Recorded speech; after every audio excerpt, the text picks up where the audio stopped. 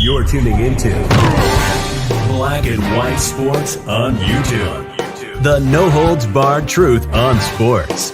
The main event starts now. I'm back. Rudrance for Black and White Sports. We're going to talk about NFL legend, NFL safety, damn good one, Miami Hurricane, a Raven. I think he even played for the Houston Texans for like this long.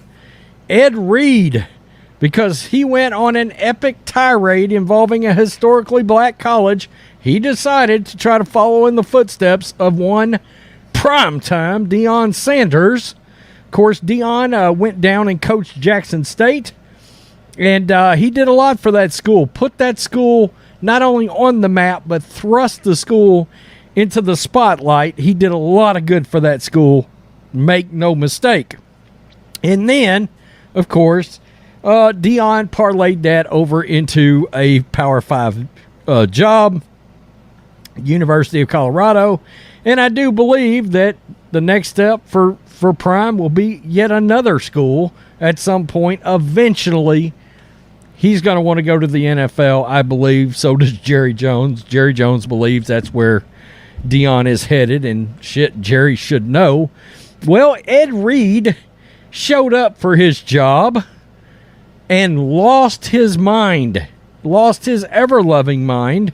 And by the time it was said and done, he went on an expletive-filled rant, and then he apologized, and then he said primetime Deion Sanders was right about some things involving some of these historically black schools and colleges. So let's get to this.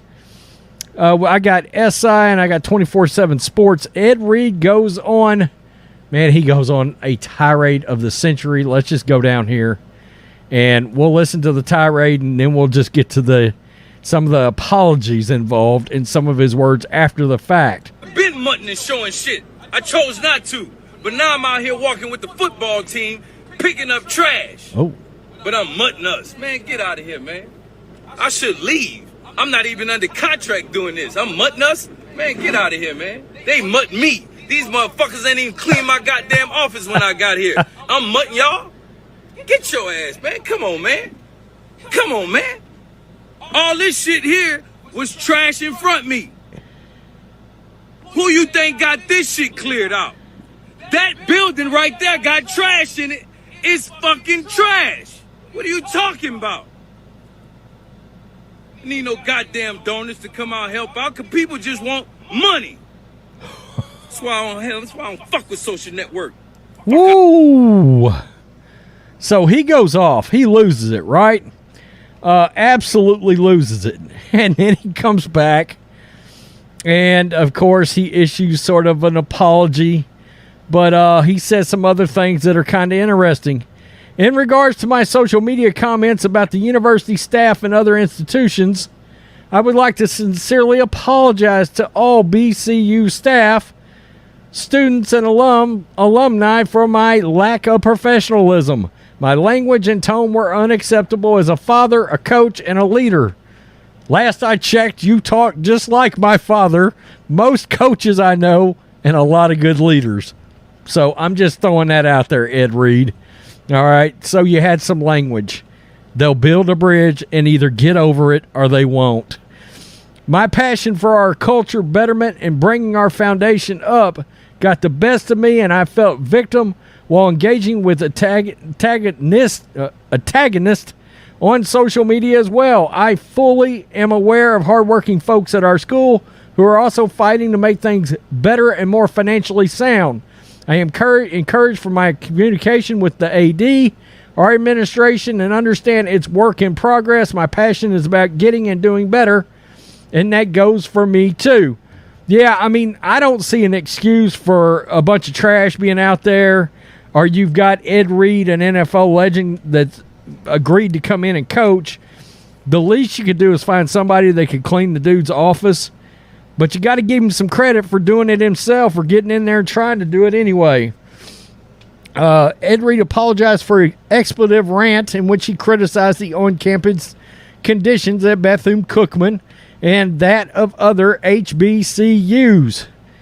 And that is the statement I just read. Reed, in a live stream posted by recently hired Bethune Cookman coach, was seen ranting about the amount of trash he encountered on the campus and within the football facilities. Reed in the rant also claimed his office was not cleaned upon arrival. Reed later said he agreed with comments made 2 years ago by Colorado head coach and fellow NFL legend Deion Sanders, last the head coach at Jackson State, on the lack of resources at HBCUs. Quote, Prime was not wrong about what he was saying. Reed said online, quote, all HBCUs need help because of the people who's running it. Broken mentalities out here. My guess would be he's trying to say a lot of people might be pocketing some bread, but that's just speculation. At least, much like Deion, he decided to call some folks out. I've got no issues with fires being lit under anybody's asses anywhere. I just don't. Reed was hired by Bethune Cookman's head coach in December. He was previously served as a chief of staff at his alma mater, Miami. Before that, he was the Buffalo Bills defensive backs coach in 2016. Reed is best known for his accomplishments on the field as a player. He was a Super Bowl champion with the Ravens, NFL Defensive Player of the Year in 2004, five-time first-team All-Pro, nine-time Pro Bowler, member of the NFL 2000s All-Decade Team, and led the NFL in interceptions 3 different seasons. And I can tell you one thing right now that you can say about Ed Reed. Bill Belichick loves Ed Reed. Loved him.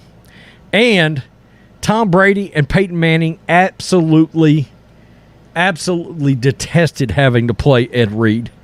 And Ed Reed, this is how calculated Ed Reed was.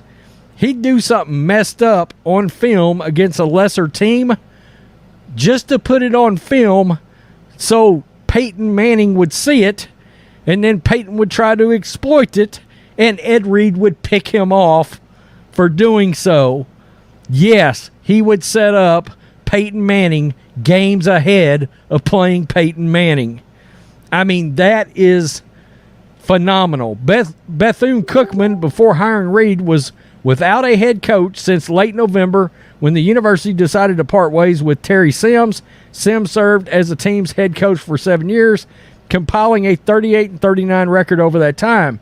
His tenure started with a strong 9-2 campaign in 2015, but he was never again able to achieve the heights of his first season at the helm. The Wildcats went 2-0 in both 2021 and 2022, but lost their final 4 games in 2022 leading up to Sims' release. Interesting. I mean, that's not a program that, I'm going to be honest with you, I've really kept up with much. But again, in much the same way as Deion, primetime, we're talking about this university now on this channel. You know, I mean, he lost his mind and went on this big rant, but we're tuning in and we now have to keep an eye on that program because something wild may end up happening. You tell me what you think. Personally speaking, my feelings don't get hurt that easy. I mean, if he's pissed that the campus is a mess and that it's trash and there's trash everywhere and people need to take responsibility and people need to clean his office and all this shit, you got an NFL legend coming in. I've got no problems with fires being lit. Throw another shrimp on the Barbie, another log on the fire. And, of course, I spent years and years in corporate leadership, so, I mean, you know, flick the flame, throw it, walk off, slow motion action movie style. He did come out and apologize. It's not unexpected in this day and time, I'm sure. But he certainly grabbed a lot of people's attention. I've got no issues with this. None. Tell me what you think, black and white sports fans. I don't agree with a lot of what Ed Reed's got to say. But I ain't got no problems with him lighting fires, and he was sure as hell a crazy great NFL player. One of the best I've ever seen.